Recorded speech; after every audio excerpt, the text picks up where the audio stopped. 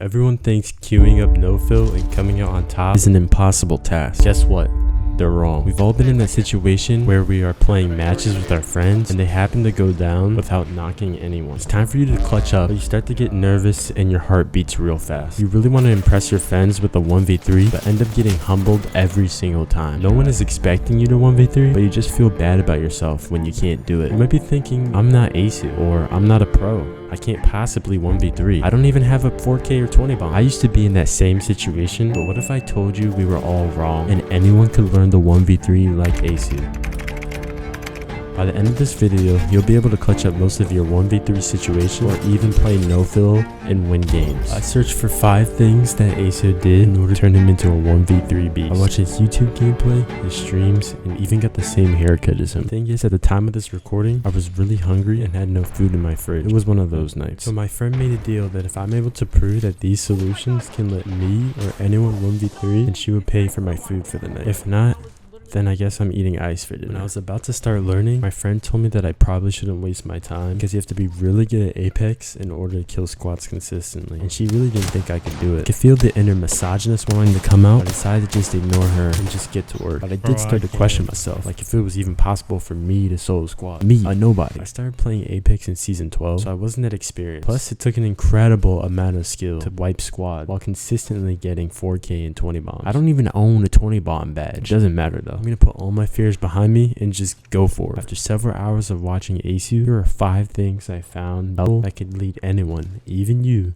to do well in solo no-fill. Step 1. Only take 1v1s. Unless you're a controller aimbotter, you should only be taking 1v1. I know you think you can single-handedly take the whole team, but in reality, you'll just get ganged up on and die every time. You gotta split them up and take them on one at a time so they can't overwhelm you. Next step, keep surviving. Please don't be one of those guys who gets hit for 150 and thinks if you're gonna peek again, you're gonna do something.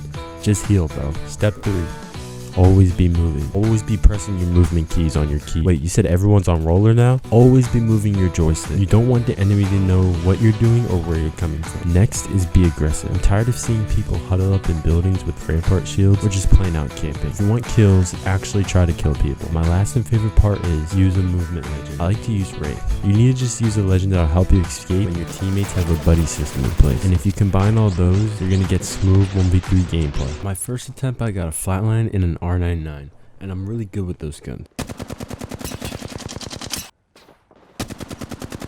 After I hit my shots, I ran to good old Fade building. Yeah, I recorded this video a while back, so nobody, including me here, knows how to use the zips. Look at me going down. Easy one clip. I don't know what's going on. What is he doing here? Damn, boy. These guys aren't even on the same team. This is a solo race. Going up. Oh, why is that guy standing there? What is happening? Even though I had all the steps down, it was still way harder to put this into an actual game. I knew everything, but I just couldn't execute them.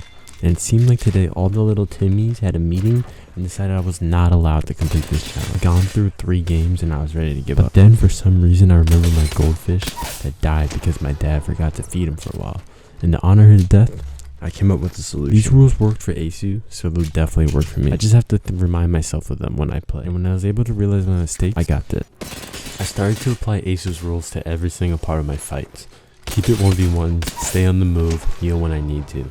And in the beginning of this gameplay, it made solo a whole lot easier.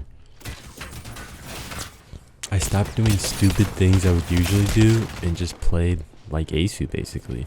I knew this guy was standing here, so I dropped him. Don't ask me what that guy was looking for. This Octane was so scared to fight me the whole time. Here I just easily killed the Octane, but this doesn't really count as anything because he was a solo. And again, I'm just taking 1v1s only. I know Sears by himself, so I fight him and then reposition. These rules anyone can do and easily follow. And I'm thinking about them as I play the entire time, using it as a guideline to what to do in a fight. But I could tell the Bangler on the team was really nervous, so I just decided to play really aggressive. And even as I'm kicking the door, he continues to reg, which confuses me, but I'll take it.